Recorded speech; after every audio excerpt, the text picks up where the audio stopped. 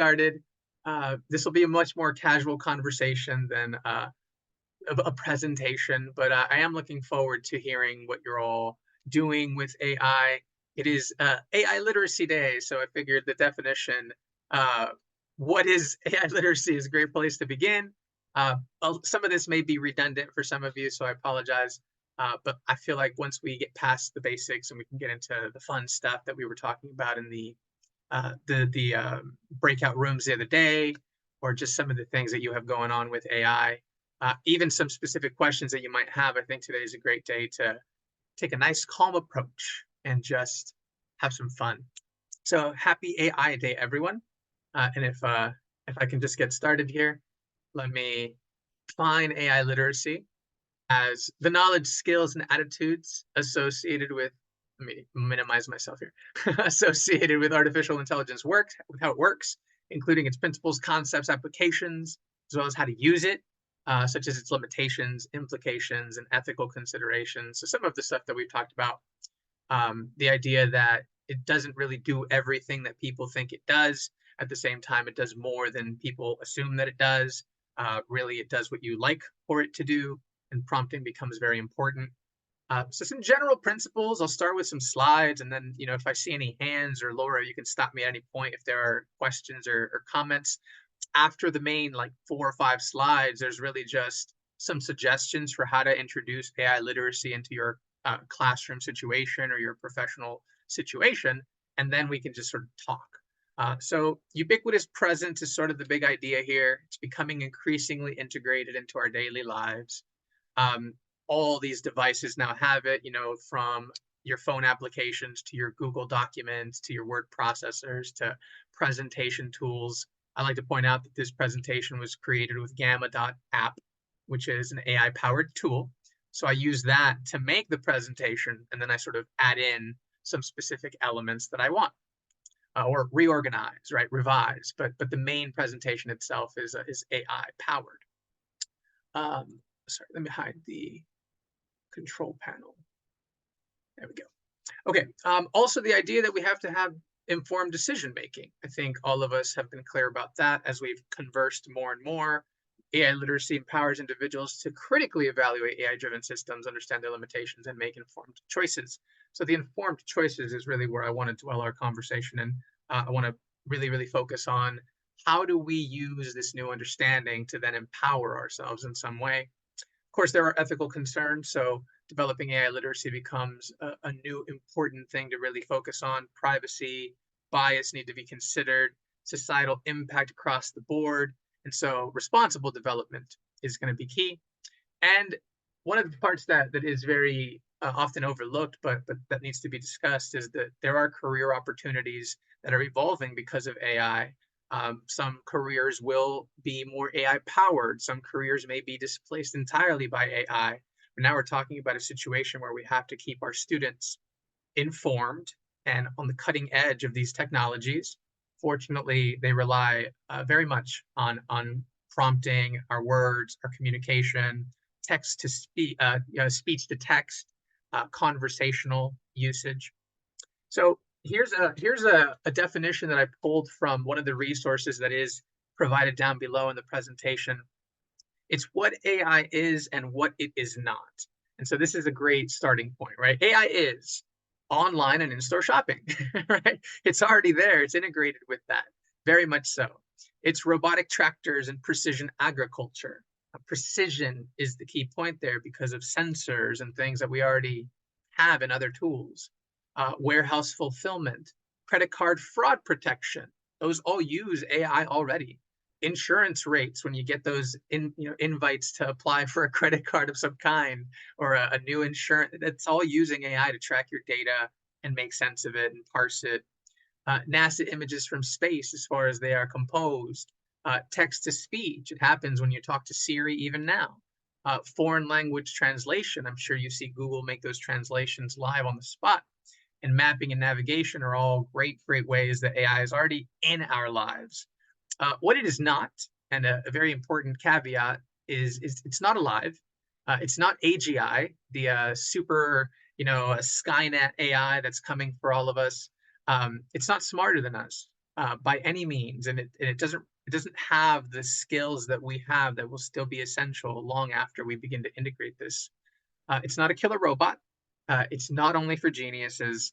It is not only for people in tech cities. It is not always physical. So this is a great kind of starting point. If there are any comments or questions already on the spot, we could certainly uh, take a take a brief moment of pause. Is there anybody that wants to speak to any of these ideas? Has this surprised you in any way? Is this pretty much what you understand about AI? We'll take a brief moment, maybe, and feel free to use the chat, of course. Any volunteers to offer some insight, your understanding, or is this pretty much what you've been thinking about? Something I've been wondering, and I assume it's true, and I just haven't looked. But for example, when we're typing into Google, it seems like it has gotten much better in terms of taking my poorly written queries and returning what I want. And so I'm assuming that's AI. Yep. Is that true? Yeah, it works much the same way. So in one of the slides, as we continue here, I'll sort of show how it works for those who would like that very detailed, what is it doing? And Google's a great example because it auto-fills words for you. And that whole process is using the patterns of discourse that we have to be aware of and that we make use of all the time. I mean, the fact that you could return a response that you're looking for is very much dependent on how you prompt it, and so, of course, it's learning these things as it goes. Large LLMs I mean, parsing the internet, looking at all conversations. Smaller learning management, smaller systems are using private data. Uh, like for example, let's say your district's data is very specific, and so you can use that a different way, and so you'll generate different results, and um, than Google will from this very large model. But yeah, no, that is already applying AI technology in the background for sure. Thanks. And I see something here in the chat, maybe. Nope, some welcomes to those who are just arriving. Continue, but if there is any pause me at any point. Now, why is AI skill development so important?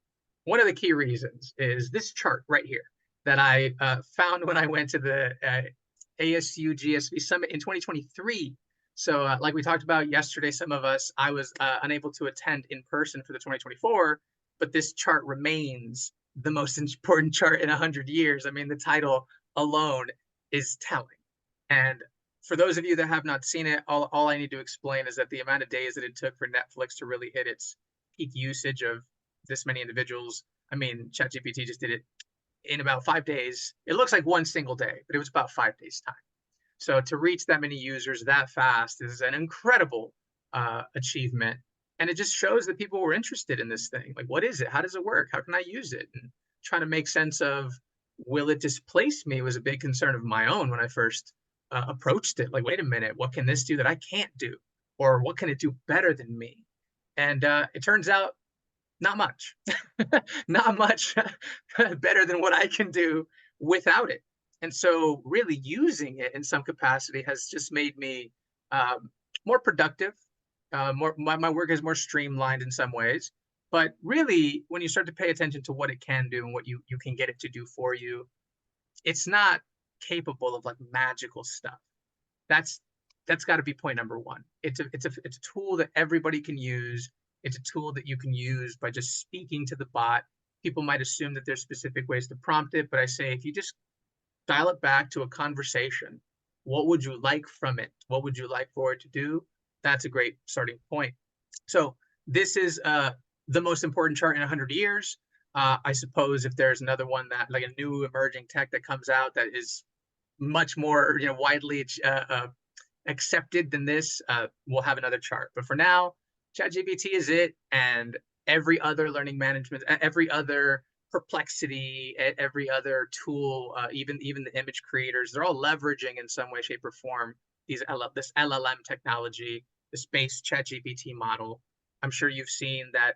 What is it? Llama has Llama 3 and Perplexity 2 and Claude 3, and there's all these upgrades now because they're all now trying to outpace the base model.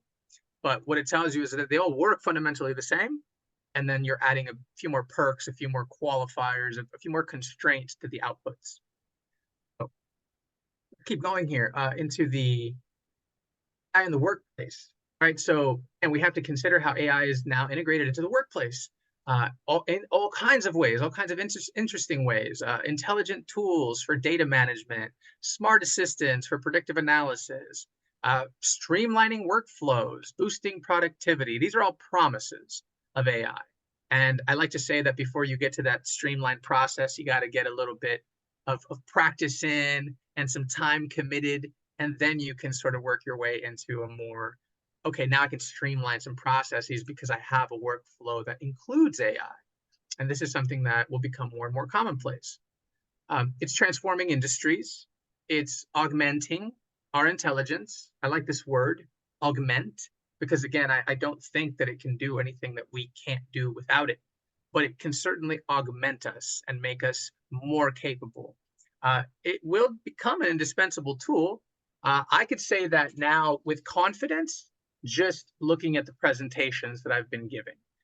Yes, I could have sat down and created the presentations from scratch every single time, but I didn't have to. It gave me a nice structure that I was able to amplify. If you've been to my other presentations, you may encounter some similar slides that I basically copied over from other presentations because it's the same information that I wanted to deliver. I adjust it as I need to, but really the idea here is streamlining the process, making us a bit more efficient. Now, ethical considerations, right? On that note of, am I plagiarizing? Well, I'm plagiarizing my own work. Can you plagiarize? Do you have to cite yourself? Is a conversation that I have with students in the writing classroom. Of course, pointing to where you're pulling resources from is always going to be essential. So at the very bottom of this, you'll see all the resources that I've used to pull information or tools that I'm using on a day-to-day basis. And then we get into something a bit more, maybe a bit bigger than what most of us are interested in, but the governance of it all, the policies that will come from the state level or even a global AI, right? The EU is passing legislation on AI. There's entire groups, bodies that are really trying to decide how this will be used. And so I like the idea of collaborating on that front, the idea of jumping in and talking to the for the sake of our students, for the sake of what we need in the classroom, to make sure that this doesn't just become this commercializing opportunity where we're being sold these tools that we must purchase in order to stay ahead of the game. Gamma.app is a free tool still. There are paid versions of it, but I use everything that you see is free. So that's what I tell my students as well. Go learn these tools, go see how they work, and find the free ones. And if you can't find a free one, a freemium model is usually available. So there are low-cost options. But now we can talk about policies that take us to the place where maybe the whole district is offering the platform to all students, and then we don't have to pay out of pocket individually as educators or professionals, et cetera. So it is integrated in many ways. Let's go on here into some base. What is AI doing? Natural language processing, absolutely. So speech, right, being dissected and understood. I like to say the patterns of discourse because it helps me think of what I teach in my composition classes. The types of statements that you would have, templates are a great example of this. But it's basically generating human-like language. It's enabling intuitive interactions with technology. And I like the idea that, no code solutions were around for a little while without AI being anywhere in that conversation. But now we're sort of, oh, I see how we get to no code solutions with AI technology, because now I can do some pretty crazy coding with just my words. Because the AI will take care of the Python in the background and take care of the, whatever, I guess, JavaScript, whatever it is that I needed to do, it can do. So how will I, as a non-coder, use it to code? How will I use it to create a website with my words? How will I use it to create presentations like this one with my words, right? Now, it's also doing computer vision. This is very important when you're thinking about image analysis. Imagine someone who cannot see but can input something into the chat GPT that can describe what is in front of them. And so is it a tool that helps you now understand visually? Yes, it is. There are new tools emerging as well, like the Rabbit that will have a built-in camera. And so if you're walking around, you can take a photo of something and it will tell you what it is and sort of give you a good understanding of it. There's already tools like that on the App Store, right? Take a picture of this plant, tells you what it is, or if a certain mushroom is poisonous, or if a certain plant is poisonous to stay away from. Like those tools have been around. Now we see how AI will integrate and improve those tools. And finally, the generative stuff, how it's producing the writing, how it's producing its outputs. And so it is original content in that it is always generated. But we're talking about generating music, we're talking about generating code, we're talking about generating writing, of course, images, video, any number of things. I do have a sample a little later of a platform called Magic School AI. Maybe you've heard of it. There is also another tool called EduAid, both really great educator focused tools that I really wanted to kind of focus on here because I think seeing what those are capable of or what these two companies are doing with AI will give you a bigger impression of what is possible with AI. Now, as far as LLMs then, think of a giant library of data that is limited because it's not all inclusive. At least ChatGPT is not connected to the internet, but it is the data set that was fed up to a certain point. So as new information emerges, right, it might not be able to tell you what's going on today or tomorrow, but then as the updates happen, it's always a little retroactive. As far as how it's discerning patterns of discourse, it's really the same things that I end up teaching in my composition classes. How are words put together into sentences? How do these sentences convey meaning? How can this meaning be altered with context? And so let's add some more context when we want to alter outputs, ends up being the solution. So it's learning the underlying patterns of discourse, the structures, the relationships of language used across mediums, and then it's creating some outputs for you. But it's crafting new responses. It's not extracting data, or it's not pulling from its memory. It doesn't remember like that, but the data once embedded can be extracted in new generative ways. So it'll do something like this, and this is very much, Thomas, to your point about Google, right? So if my initial prompt was, why do cats? There's a certain number of options that I have there, and I'll just show you the next slide so you can see what some of that might look like. In this example, it goes with, why do cats purr? But it could have selected sleep, play, or eat as a small data sample size, and it went with purr. So what can follow that word naturally if our patterns of discourse are consistent? Well, when they are happy. But at each point, it had opportunity to change its direction, right? Why do cats purr, sleep, play, or eat? When, because, if, or while, they are, you are, it's, happy, content, relaxed. So whichever one it ends up going with ends up being a new natural response, a direct result of the way that you prompted it. This is just a very simplified version of like, how does it work? What is it doing? It's just filling in those words in exactly the same way that Google does, but in a much more specific context, much more specific to your prompting. So ChatGPT doesn't pre-retrieve responses. Rather, it predicts what word should come next based on the context, based on what would have proper meaning.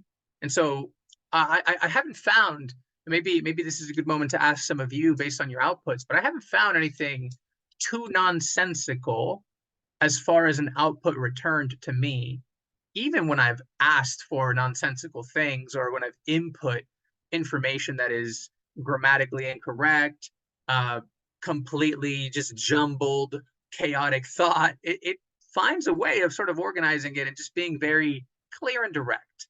Have any of you encountered any outputs that are just sort of wonky or that don't make too much sense?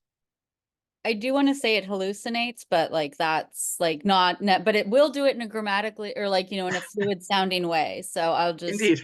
kind of wanted to differentiate that. But like, I remember at one point I was like, I don't know, when I've messed with it, like it's had weird outputs, but like yeah, it's all very fluent sounding text. And absolutely not taking away from the hallucinations and the making up of facts that maybe don't correlate. But yes, grammatically, stylistically, at the sentence level, it sounds like it sounds too confident that it had the right output. And in fact, that's why I tell students to question some of those outputs. And when we talk about policies, we can sort of go into how we curtail that. But absolutely, hallucinations notwithstanding, the patterns of discourse are pretty good. Any other takes? At the risk of being redundant, because I've mentioned this yesterday, but I guess to a smaller group of people, but just in trying to use ChatGPT to gather some simple statistics, I was testing a model and then I was going to use it on a much better data set, but it consistently made a consistent error from a rather simple data set. And when I finally, when I couldn't simplify the data set anymore, and I said, "Why are you making this mistake?" and all it said was, "I'm sorry." And, it's nice, right? But I mean, it was weird that I couldn't explain it to it. It couldn't recognize that it had made this mistake. It couldn't see what I was telling it, that this is obviously red and not blue. Why are you making this mistake? And so we know we've got to validate what's coming out of it. Absolutely.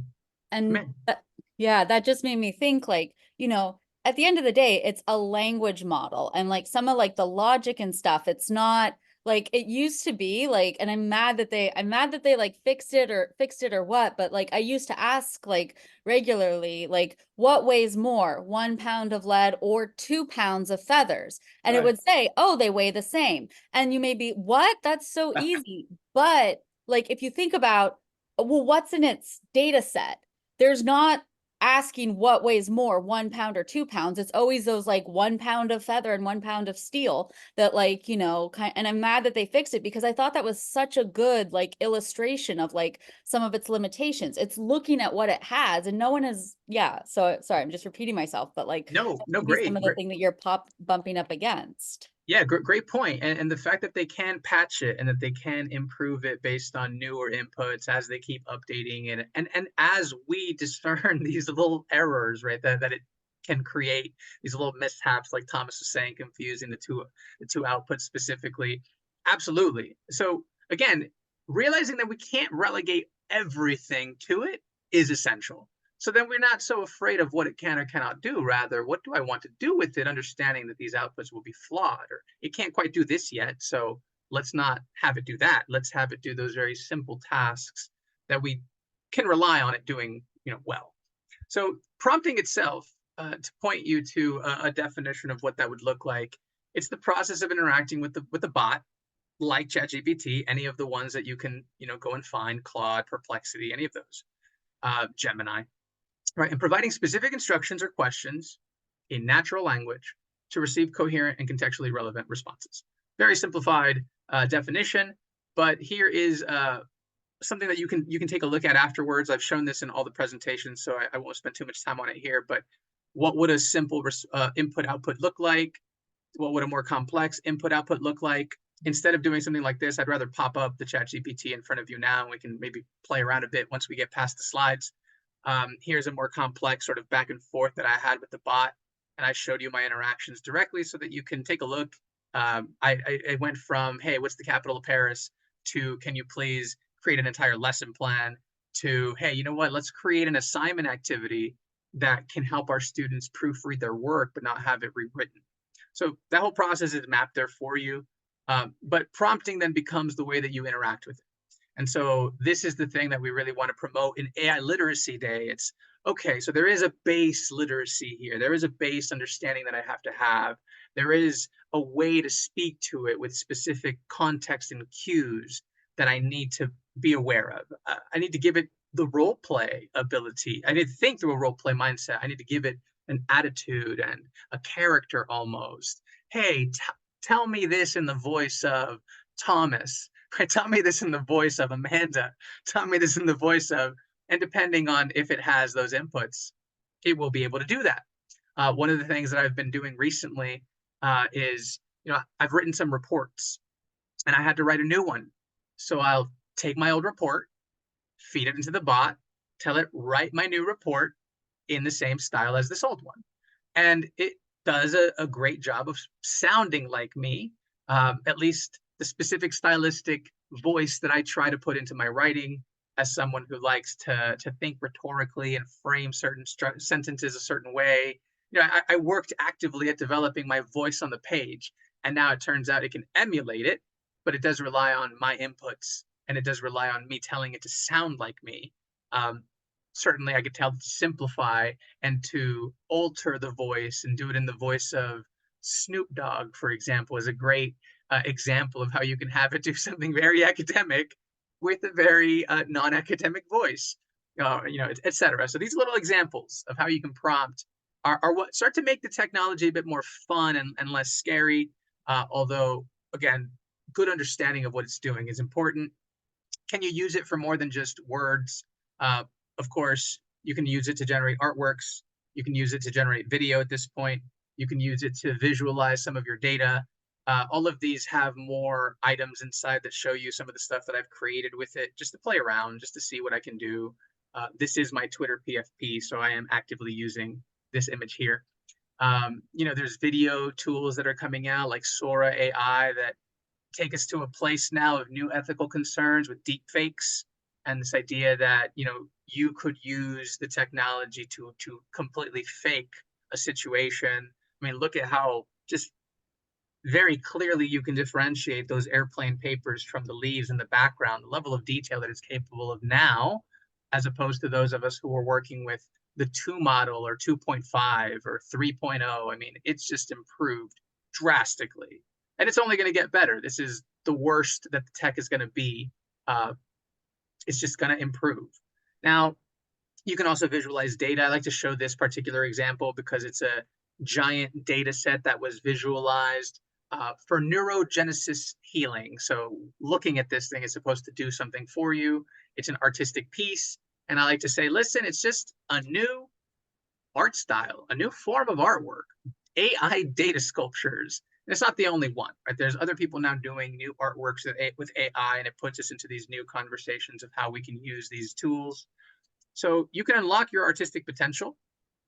Certainly, if you are not a great artist, but you would like to produce some artwork, not to be in a museum somewhere, but simply to be used in a presentation or to go along with some of your curricular ideas. I mean, it's a great tool for that. I use it basically now on a day-to-day basis for materials for my Canvas shell.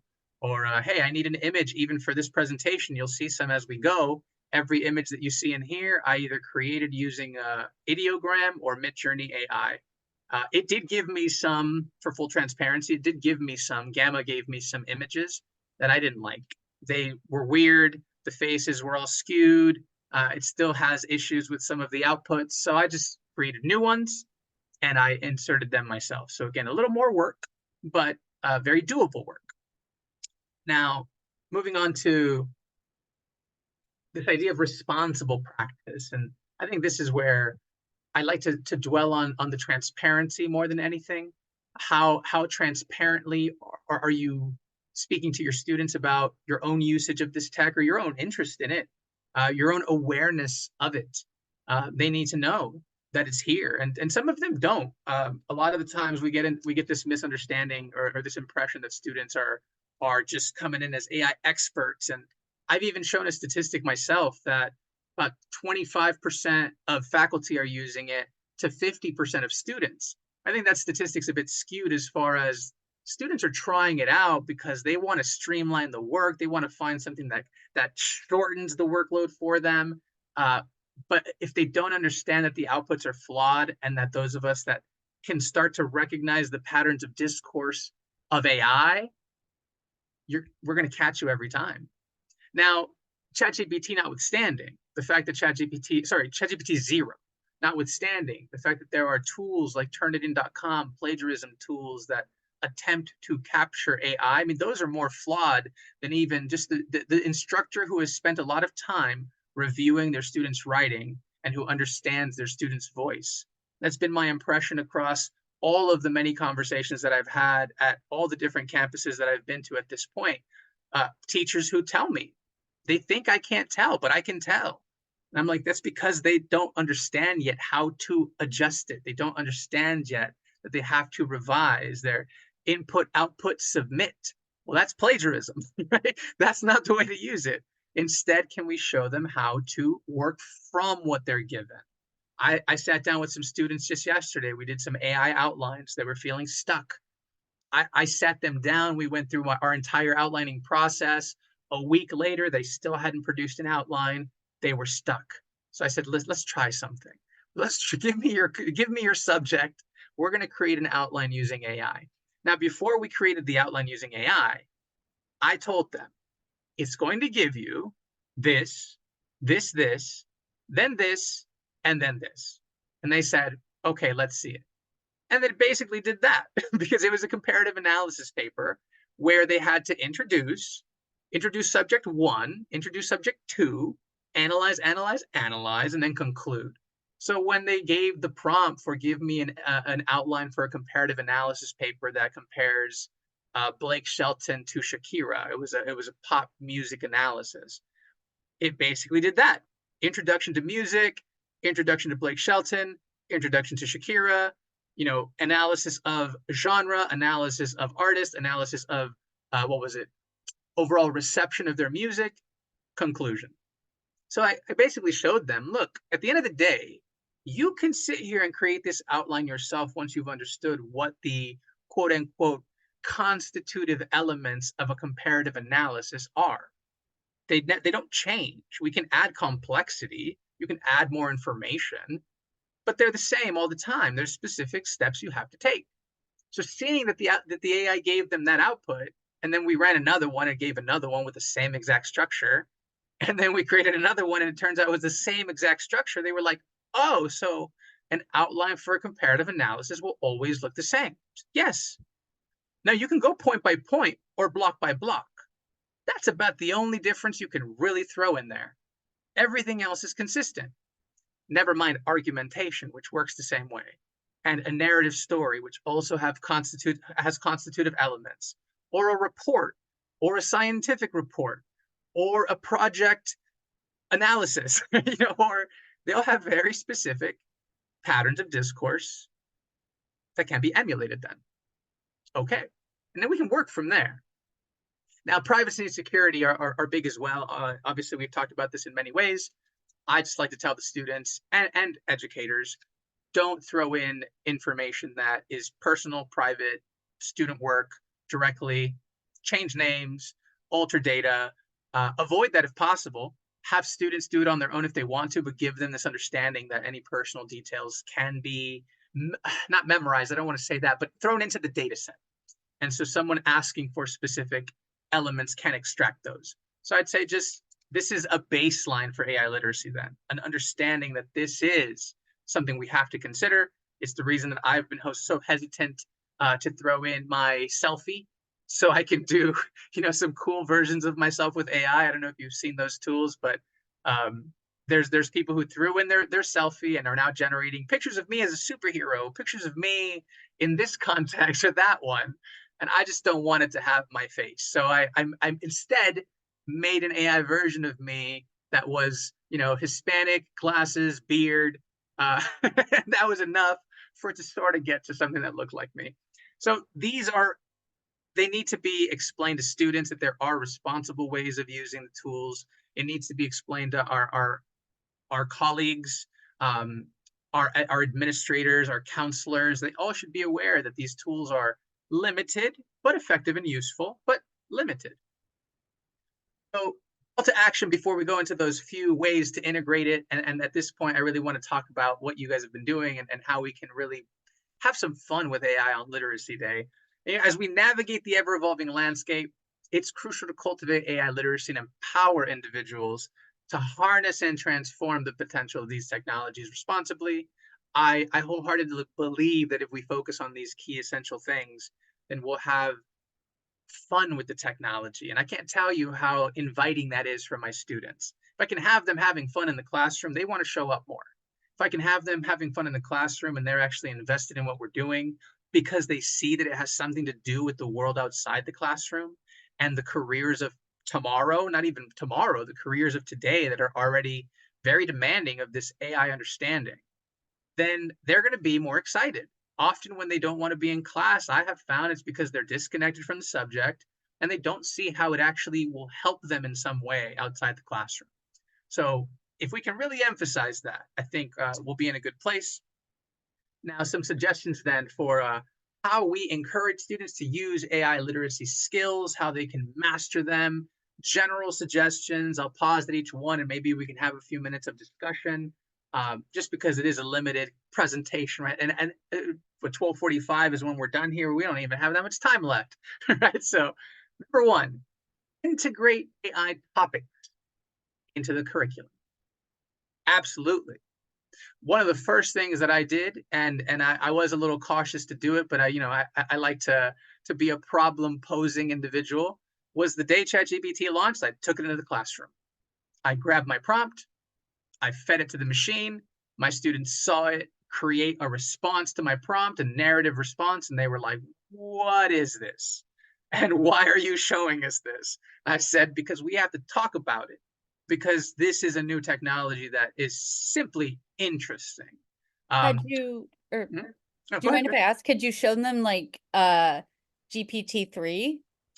Yes, in some ways. So I had an assignment before so when I signed up for the LLM release, the GPT release, I was using in my class during one of the weeks, uh, what was it called? It was called "The Computers Are Getting Better at Writing," and it was an article that broke down someone using GPT 3.5 to create a script that was then taken from by some students, some film students, and they took the script and the performers performed it, and they recorded the video as a film, and so I had them evaluate this film, and I let them know that at the first few cues were human written, and then everything else that came after was 3.5 just taking it over.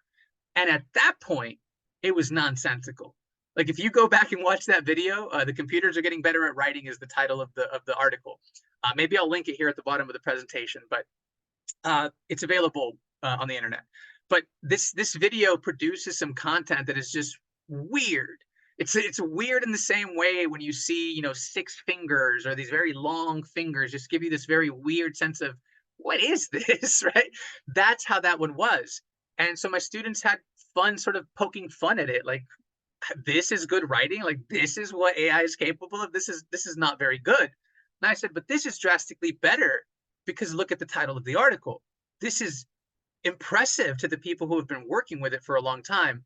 And if you're following Sam Altman's own claims about how much better 4 was than 3.5 and how much better 5 will be than 4, it almost leaves them in the dust.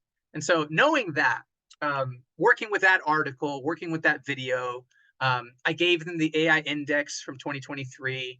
I just engaged them in conversations about what is happening here, who is writing this, what is authorship, and students actually were very interested. They were curious. They were like, well, wait a minute, why do I have to write if this machine can write for me? And very quickly we arrived at answers like, because it can't write well, because you still have to revise and improve, because it's more like an assistant, right? Copilot was not titled yet, but an assistant that is maybe like if you think at the master level or the PhD level, it's an assistant that just entered the master's program and is sort of thinking their way through and trying to reason their way through. But it's not a PhD level thinker. It's not capable of producing what we can produce. And so I say it's limited. Treat it that way. But how can we use it across the disciplines was my main concern. And so, having conversations with my art history buddy, Josh Alley at my campus, we teamed up to do one of the presentations for Writing in the Age of AI, and it was on art from words and how he was now using it to create some of his art history assignments. Before the students weren't super interested in some of the subjects, but as soon as this technology became part of the conversation, they're paying more attention. He was able to basically streamline a lot of his assignments and even update them. He was having students analyze an AI composition that he created, but using classical, hey, this is so-and-so artist style blended with so-and-so artist style, and it's your job to extract both styles from this composition type of thing. So analysis of outputs.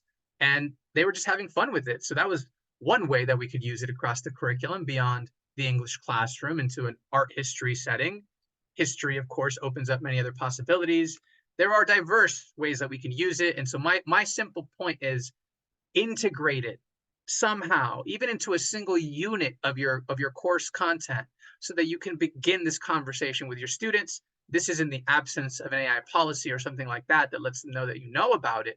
But just the idea that you could somehow begin these discussions, begin these conversations. Hey, I attended this cool AI workshop. Why, professor, are you going to AI workshops? I heard AI is bad. Well, let's talk about it. Let's really explore that. Hey, Thomas, you're a project-based learning and how are you using it? Oh, actually, in this way. And why are you using it for that? If you're in business or in entrepreneurship, well, because outside the classroom, again, things are not held in a vacuum. And if the goal is to help students be productive so that they can sustain their academic lives, then the professional world is not going to, punish them for using these tools. The academic world operates a little different. But the professional world, I can tell you with certainty, will not, as long as the outputs are meeting the standards. And so, okay, right? Can we help them in that way? Because I can't tell you how many of my students are working and just actively working many more hours than they are devoting to class time. They're supposed to be doing 2 hours for every 1 hour of class time as far as studying goes. They're not doing half of that. Like they have no time. I myself worked 3 jobs when I was in college. And I tell them that. I share that with them. I'm like, if I had AI when I was where you were at, I would have learned to use it critically. And I would have learned to use it in a way that made my life easier. But I wouldn't have relegated the thinking to it. I still want to learn. I still I'm a hungry individual for ideas and lessons. And listen, I don't want it to do anything other than make my life easier. That's it. And it's certainly getting myself into academic trouble is not making my life easier. So this is where clarity becomes important. If you don't have an AI policy in your classroom, then talk to students about, what are you thinking about AI? Have you heard of it? Are you using it? For what, professor? For writing, for music, for art, for projects, for whatever, for entrepreneurship. And I think you'll be surprised by some of the responses that come through. Another way we can do this is to use real world examples. And I've given a few now in this particular conversation. So I would love to hear more of your own. If you guys want to take a quick pause, or I'll move through all 5 bullet points and we can just sort of chime on any of them, or would you like to dwell on real world examples for usage? I've got plenty more. Are there any in the chat? Shall we share a few? How are these technologies impacting our lives? I told you about my summaries. I do those on a week-to-week basis. Like I have even shown them, look, I'm going to take my old summary, I'm going to run it through, and it's going to give me an output. And part of what I do in front of them as well is, look, this output, it wasn't what I wanted, or it wasn't exactly what I wanted. So I'm going to do it again with these new parameters. And hey, guess what? Even that wasn't good enough. So let's do it one more time. And the third one's usually the charm. Great. Now they know that it takes a little work, but it can get there. And that's one real world example. But do you all have any for your own usage? Yes, Carmen. Yeah, I can share. My critical thinking class has been examining the ethical implications of AI. So for example, they were looking at if AI is fed like raw web data, there's a lot of racism and sexism that enters it. And so one of the ethical implications would be, how do we teach AI common sense? How do we teach AI human values, right? And so they were looking at that. They were looking at some interesting gender bias issues with AI. And it was really great for the students to see that at MIT, an institution that some of them have talked about, wouldn't it be great if we could transfer there? They look at what those students are working on, which is exactly this, is how to continue to improve AI and how it functions in our, real lives, like how AI making decisions could impact your health, could impact whether they choose you for a job. I give them the example of Amazon feeding AI like 10 years worth of resumes. And one of the interesting things that ended up happening is, women were less likely to get hired by Amazon. There was discrimination against women. And that's because the 10 years worth of resumes, women were underrepresented in that data set. So those kinds of things teach our students about how the real world implications of AI, but also the work that's being done to continue to improve AI in terms of ethics. Very nice. Thank you for sharing that specific detail, Carmen. And I think the point that I take away from that, the most kind of pertinent point for me, is that it would be disingenuous to our students to suggest that they're not going to be using this at the CSU, the UCs, private schools, all these places that are doing experimentation, high level thinking with AI. And so now we get into conversations about, do we hinder them in some way by not showing them a baseline AI literacy? This technology is here. It's not going anywhere. This technology is integrated into every platform you can think about. Even your cell phones at this point are using it in all these different ways. So can we just show them that it's just another thing to think about creatively and critically? That they have to understand this like they had to understand the internet when that first came around, and that also was seen as a passing fad. It fundamentally altered how we do things. So, okay, AI is one of those tools. It's a fundamentally changing technology. Okay, then I'm going to teach them AI literacy because, again, they're going to find this elsewhere, or students at those schools are engaging with those assignments and activities. That's not in a vacuum. I guess the other thing here is that you have to be interested enough in the technology or attend presentations like this one where we do show you some of those real use cases, that it's not just a conversation around plagiarism. That's so limited. It's such a limited view that's already slightly out the door. Right? In a year's time, we're talking much less about plagiarism and unethical usage because we can curtail that. We have control over that with AI policies and student contracts and transparency for usage. But now it's more about the fun, the critical stuff, what can we really do with this technology? So thank you for that example, and others, if you have them, would be great to hear. I'm just going to interject that right now we're so conscious of AI, but based on everything we think now and we see the direction going, and like the internet, nobody's standing around and saying, well, I'm not using that internet, and I wonder if it's sort of like the analogy of that fish don't have a word for water. And it's like, look, once you stop talking about AI and simply consider how to do things, knowing that you have this enablement, sort of like nobody says, well, gee, should I use the internet? People just go out and search the stupid thing.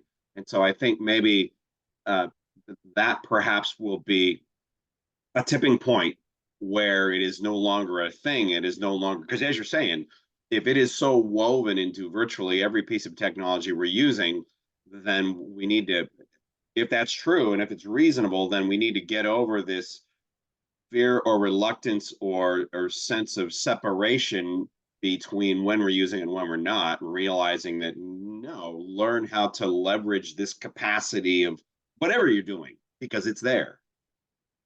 Absolutely, leveraging, augmenting, not relegating, not giving it the critical thinking focus. It can't think for you.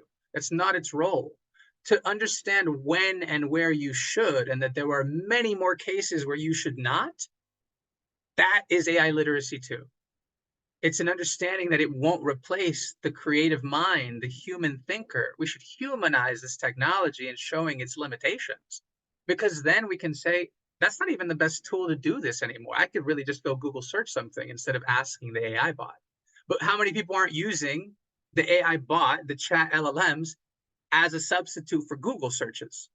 people go in there and treat it like I'm going to just do a quick Google search inside the AI LLM, and that's not the best way to use it.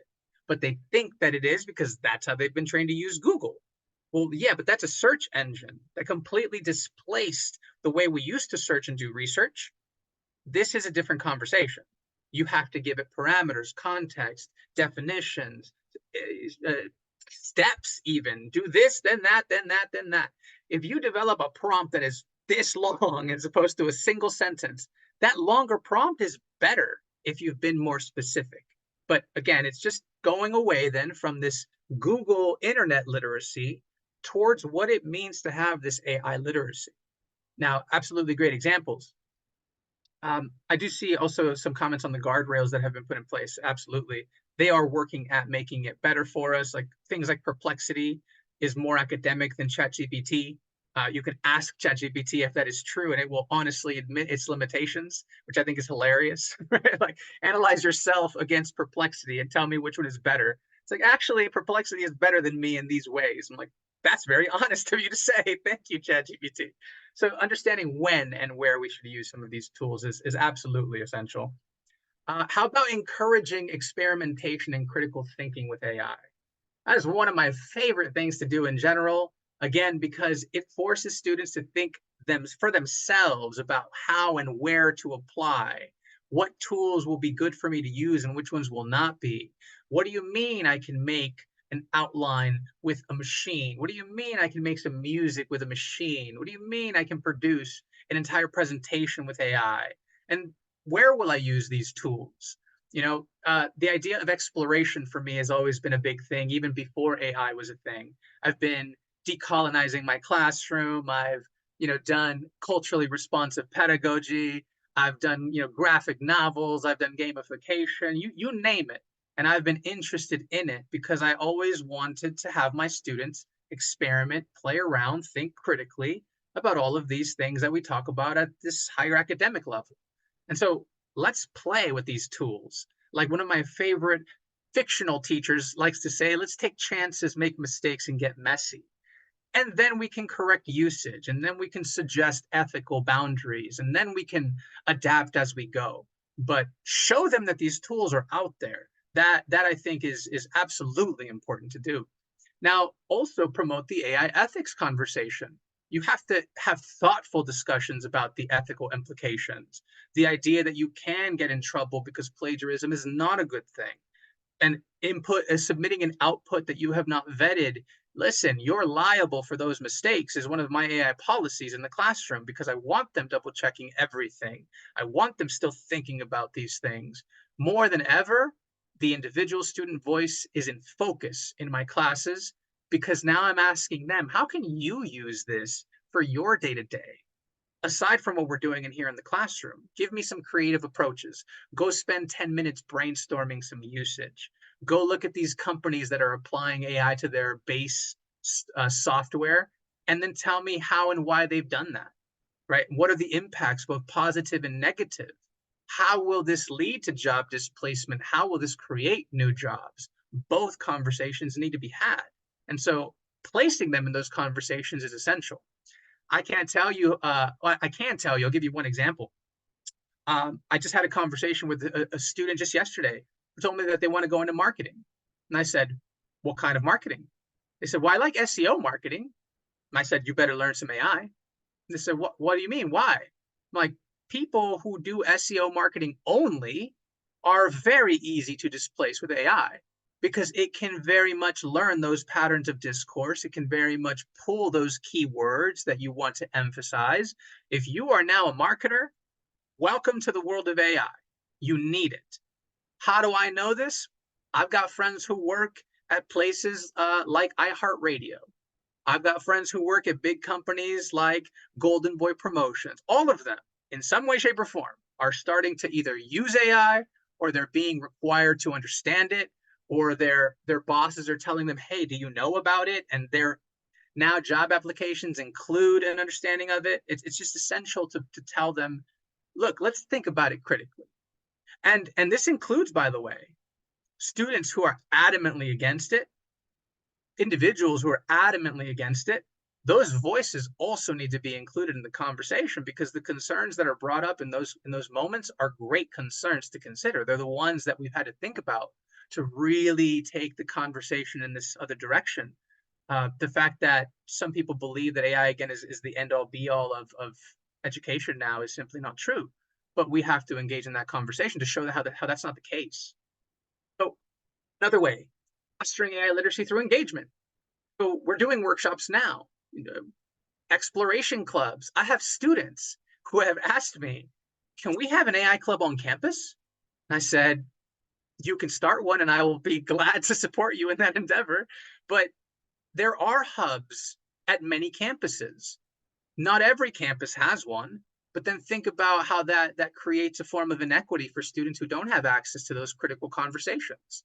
Those who do will be able to learn this stuff. Those who don't, well, my question is, why don't they? Especially if we have individuals capable in our districts, in our departments, in our particular domains.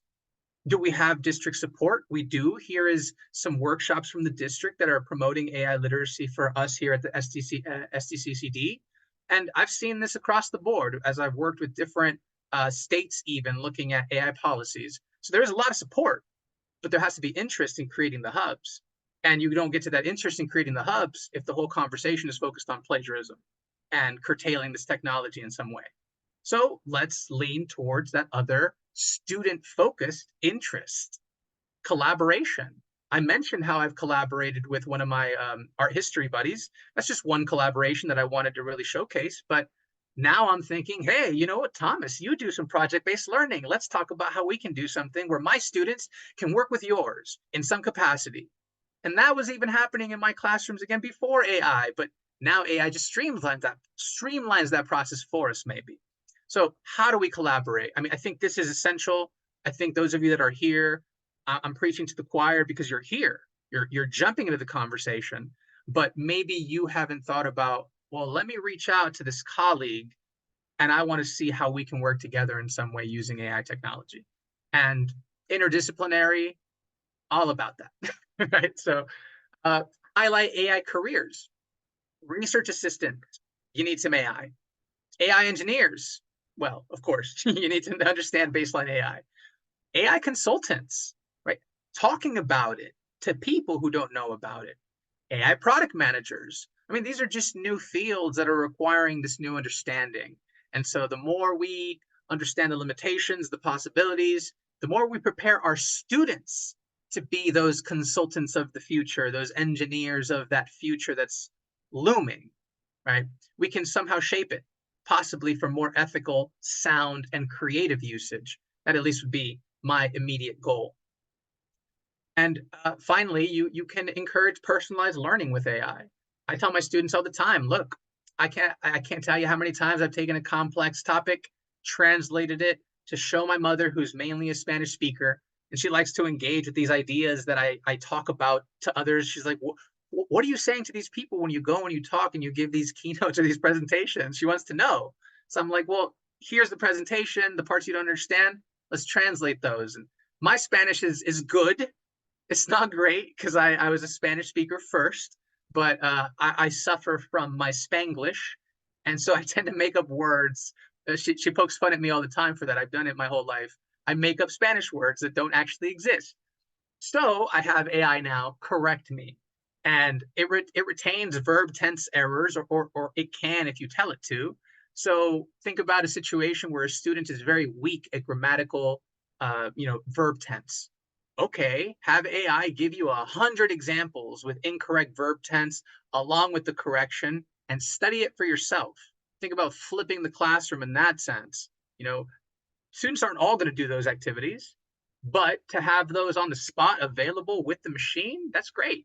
And sometimes I've talked about forgetting some of my materials, and the fact that I can create them right on the spot is great because here I know what I want to teach them.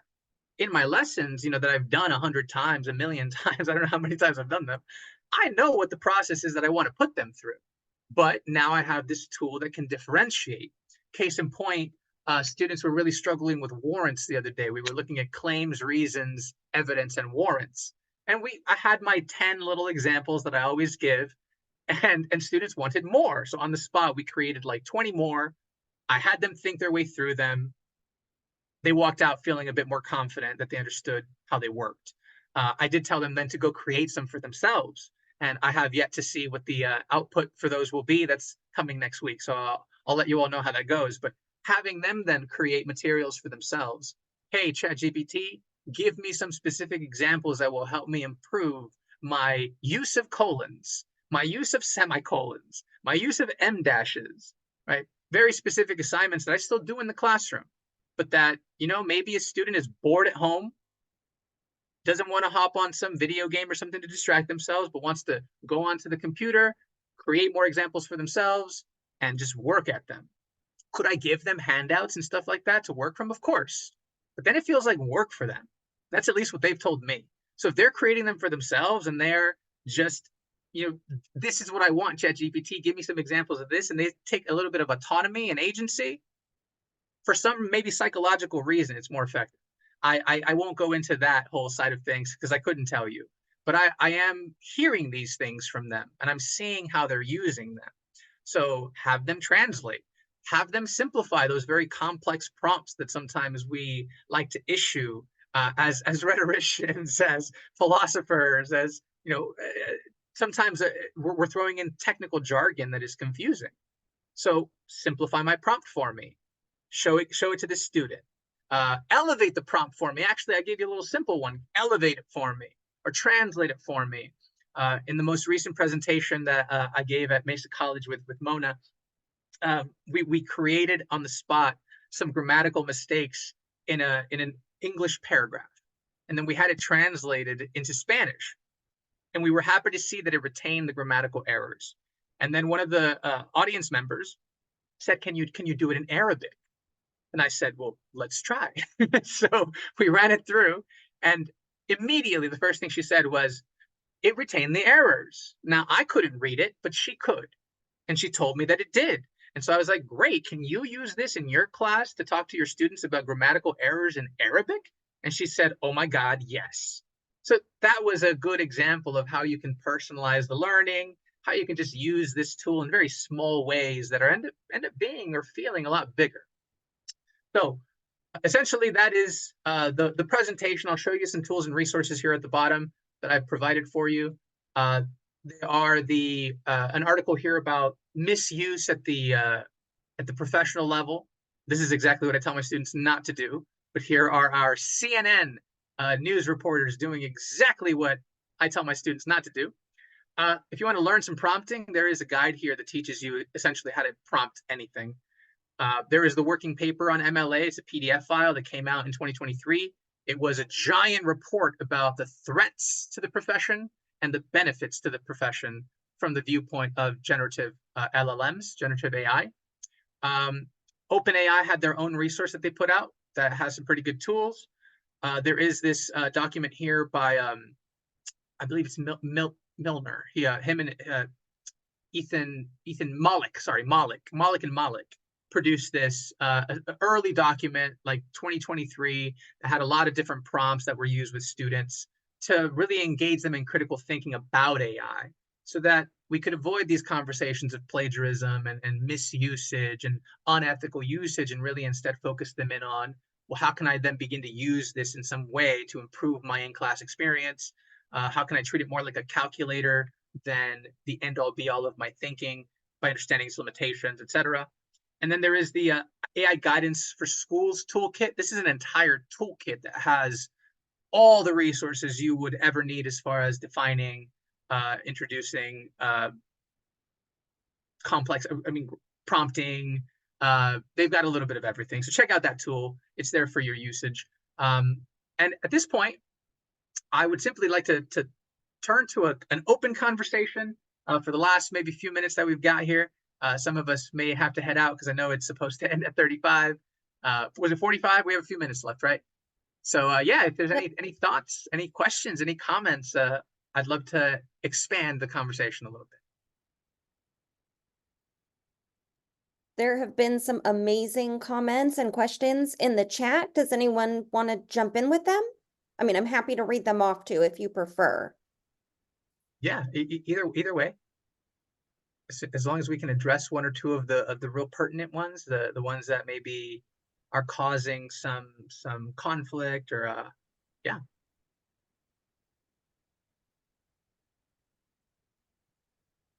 Absolutely, Okay, I check. can read. I, Oh, sorry, sorry. I just read the most recent one. Oh, okay. In my AI policy, I will just kind of clarify what I have included in mine, and it's really just 3 points.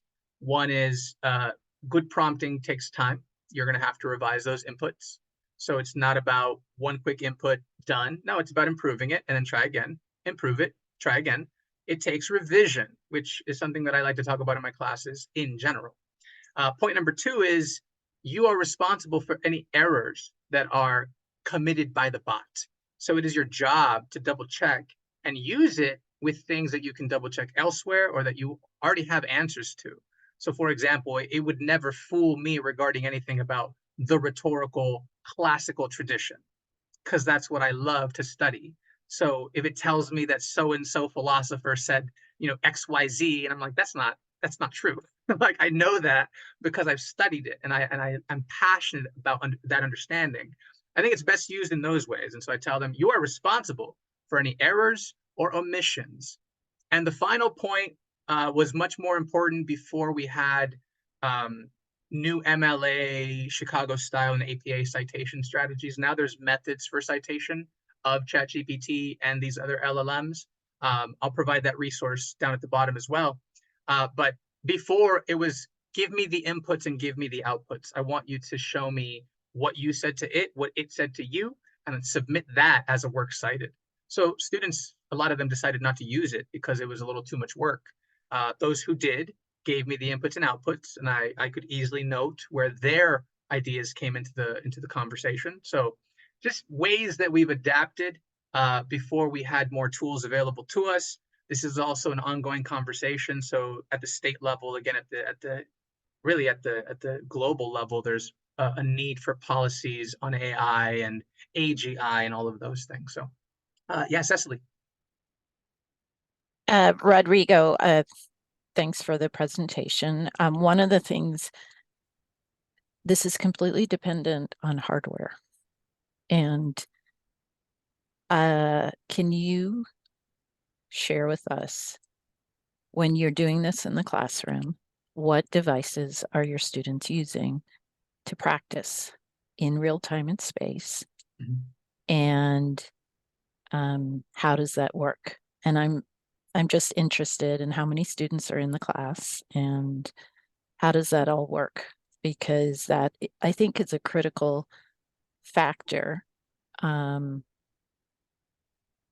in terms of, helping them to understand what is work, and work can be fun if one is motivated and it's your passion, and what is required. And so if you could that'd be helpful. Yeah, absolutely. Thanks. And I think I'll start by saying that it's a misconception, maybe in the way that I speak about it. It may sound like I'm using AI in the classroom like day in and day out, and every day we pull out the computers and we do all kinds of stuff with it. No, I've had conversations with them mostly, so it's pen and paper in hand that they're using. I put my chatbot on the overhead. I show them examples. We go over processes. I show them my inputs and show them the outputs that it creates, but I don't actually have them using it directly unless they want to. And at that point, they can just use their cell phones. ChatGPT is available on mobile devices, so they pull out their cell phone, try a quick prompt, see what the output looks like. Gamma.app is also available on your phone. So if you just open up the browser, go right to it, it can create a presentation for you. They're very accessible tools. When I do have activities around AI, it's really more of that standard practice, just pen and paper. Maybe you're typing on your laptop if you have one, but not every student has one. Carmen was my department chair. She's my colleague here in the district, and we worked at getting laptops for the classroom for a while. We had that as a premise because we wanted students to be using the tech.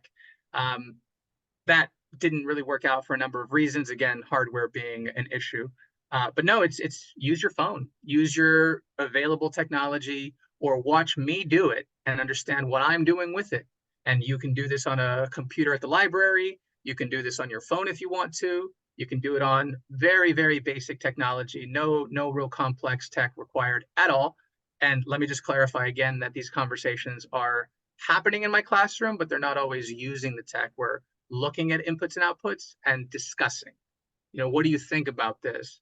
What could you do with this? What do you think about this? What are your concerns about this? How do you see this helping you in some way, shape, or form? How does this make you afraid in any way, etc.? And giving them, again, a real understanding that someone like my buddy was just let go of his job as an SEO marketer. So it's real scenarios that they have to think about. Well, wait a minute, professor, I was going towards marketing of that sort. Okay, you better go learn some AI then, some base AI literacy if you expect to be competitive in that field now, because there is a baseline understanding that is not expected now, even in the job applications. So these real conversations are what we're doing in the classroom. As far as having them actually do things, I mean, certain workshops that we've had, I've had them pull out a computer, sit with a buddy. Hey, you don't have a cell phone with you, so go sit with someone who does. Use my extra computer that I bring into the classroom if you don't have one for yourself. But at no point is the technology inaccessible in the way that I'm using it in the classroom. Okay, so thanks for clarifying that, because that's something I've been wondering since I've been attending your workshops. The other aspect of that is, does ChatGPT have the capabilities? If you were to set a prompt up on your screen in the classroom, and then that particular class was device day, everybody bring your devices to class, and we're going to log in, almost like doing a Zoom thing. We're all going to log in, and I want you to use ChatGPT to respond to this prompt, and we're going to see how everybody's doing it up here on the screen in real time and space, and then have them analyze what everybody's coming up with. Is it at that point, as far as you know? No, that sounds like a great activity, though. That's something I certainly would love to do with them. Because to me, that's where the value is. Yeah, but I think the hardware limitations that you're acknowledging here are the first thing to understand and really consider. If But they can use your, but does ChatGPT have that capability? we have that capability in the same way that, like, right now I could just pop up the screen, show them my inputs and outputs. There's no way for them to share their inputs and outputs with me, but we could just open up a browser tab if we are on Zoom, for example. Okay, so that's the answer to my question. There's no way at present for them to share what they're doing with you, like, and with through ChatGPT and with each other. Do you know what I mean? Sort of like, right. Yeah, everybody in like the choir Google sing Doc together sort kind of of thing. Right. Yeah, but what I'm thinking of where this is going, and like, to me, that is more fun. I see. Because they need to know, there's something about them, and that's K through 12. They need to know who the top scorer is, who the best, they're still in that mindset, but that provides an opportunity for them to see it's not necessarily going to be the ace scorer on the test that's going to come up with the richest questions, prompts, ideas, and it breaks them out of that mindset that, I'm only going to be a C student, I'm only going to be a whatever. And it also creates a real collaborative thing. I mean, I don't know, maybe I should go work with an AI developer and say, this is what I want you to do. Come up with something that's going to work this way, because that's what's going to revolutionize education. I mean, honestly, that's really, and it's just an idea that just popped into my head while you were talking. I'm like, what is the issue that I'm having with AI right now? It's not the tool, it's the capabilities in education, because what it's teaching them to do is, okay, my teacher wants me to get an image to go like book report style, find an image to go with my essay on Frankenstein. Okay. And so I'll create that, slap it on, turn it in, I'm done. Right. But that's not producing original creative work or seeing how other people produce original creative work, I would argue. And so when we're thinking about how much of this is already there, what they're using it for, how they're going to use it, how it would help them in the workplace is collaborative. Mm-hmm. Presentations are Absolutely. collaborative. So what you're saying, as far as you understand how it is, the state of the beast at this point is it does not have those capabilities. Well, that's sort of. So to Amanda's point, you can use other tools to achieve that. So ChatGPT in itself is just going to spit out words or images, nothing more. There's no way for it to connect directly with any other output or input. But you can use screen share, Google Docs, whiteboards, Canva, anything like that to have that exact conversation. Now, in the absence of having students do inputs for themselves, I put them in groups. They write their inputs by hand and I input them so we can compare outputs. Hey, how would you prompt the device to do X, Y, or Z? And then we try a few out and showcase them on the overhead. And then we talk about those things, which was the better output. So exactly like you were saying, engaging them in that conversation. But is there a way for the chatbot itself to sort of link up with them in that way? Not currently, although the pro account for ChatGPT does allow you to use a team account now. So those are things that are being thought about. If you're paying for that pro account and you have someone on your team, let's say, for example, Laura and Carmen, who are here at my district, and so we'd be using it together. Yeah, absolutely, that is coming. Can you put them in small teams and have them use the tech together in this productive way? Yep, that's coming. But you can still achieve that without them doing it for us. We have other tools that we can use in that way. Okay, thanks very much. Amanda and then Carmen. Also, don't know if you I see we're at 1:49 or 12:49. I can stay and talk. I don't know if you had any closing words you wanted to say to people who might have to take off, but yeah, no, apologies. I see we've gone over time. I've got a few more minutes. I'm glad to stay on and listen to Amanda here and then Carmen's closing point, and then we'll close it out. So thank you for those of you that have stuck around a little extra time.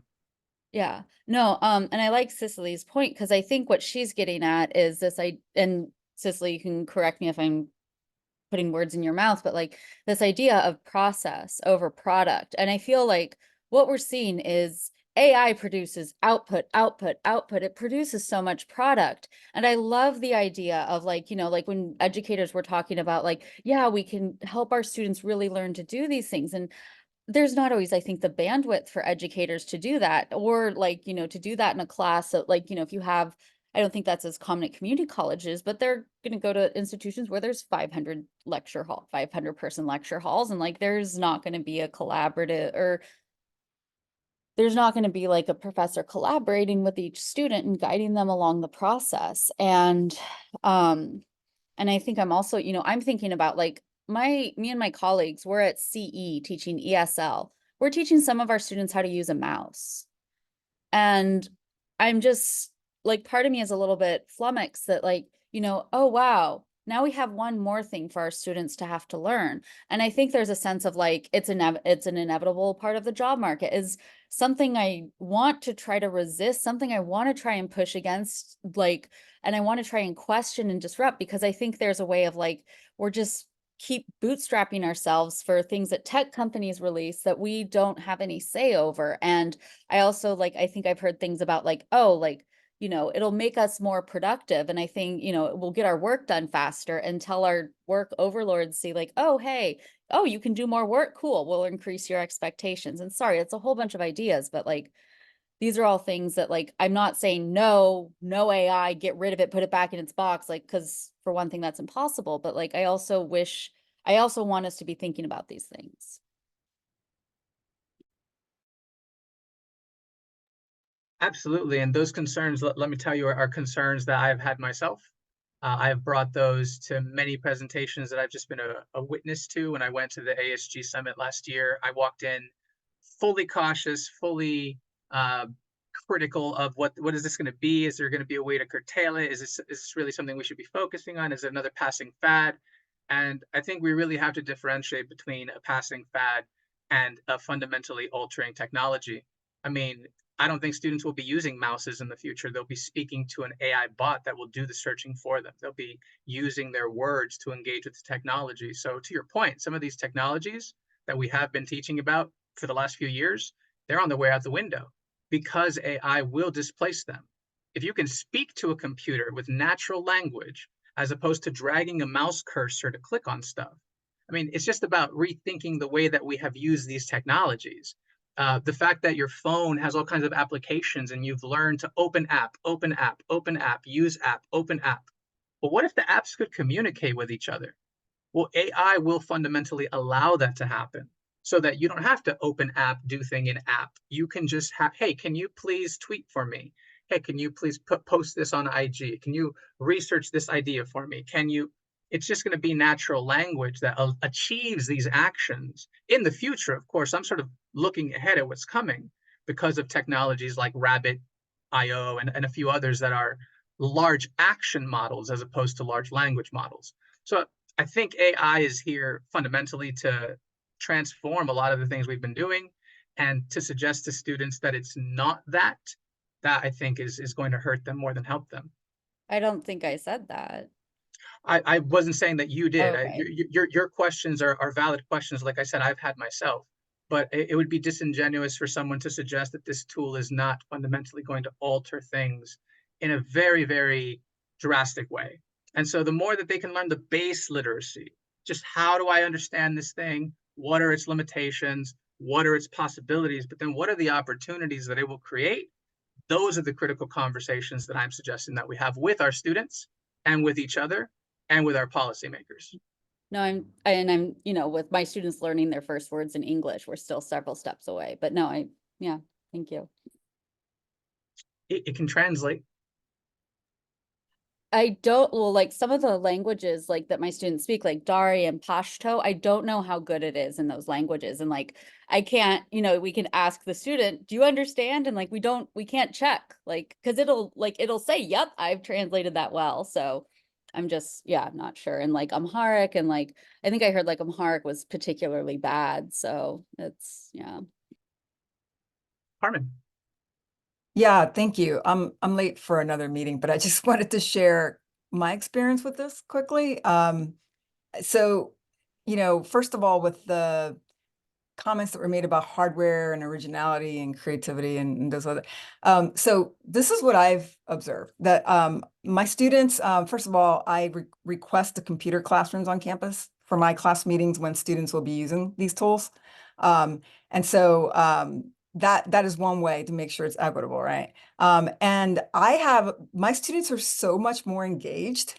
They want this content to be in the classroom. So ever since I've integrated this stuff, they've learned more and more about things like those algorithmic biases and stuff. And so we talk about like computing for the common good, like how it impacts society. And so just to give a quick example, like I shared this anecdote about Alexa. You know how you have like the feminization, right, of these AI tools, and how like Alexa was getting abused in households, right? And they had to create a disengagement tool for Alexa.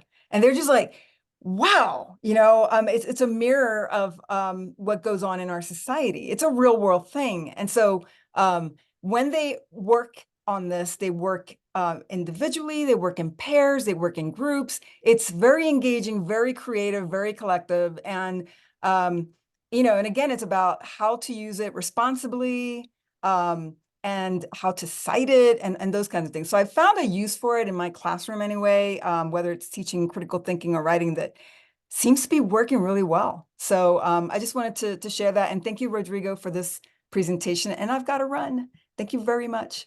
Yeah, definitely. I could do this all day. I love this topic. Thank you guys for sticking around, and to respect everybody's time, let's call it a day. There are more presentations. The next one is on the 3rd of May.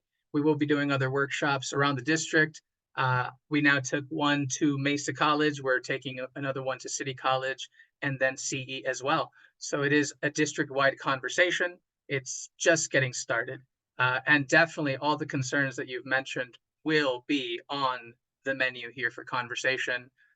We'll attempt to address every single one, but final point, I suppose, for me is it's about how you choose to use it. And if we're teaching our students some fundamental understanding of the technology, that will simply allow them to use it more creatively and critically themselves. So thank you guys for your time. I will head off and I'll see you at the next one. Bye-bye. Thank you so much.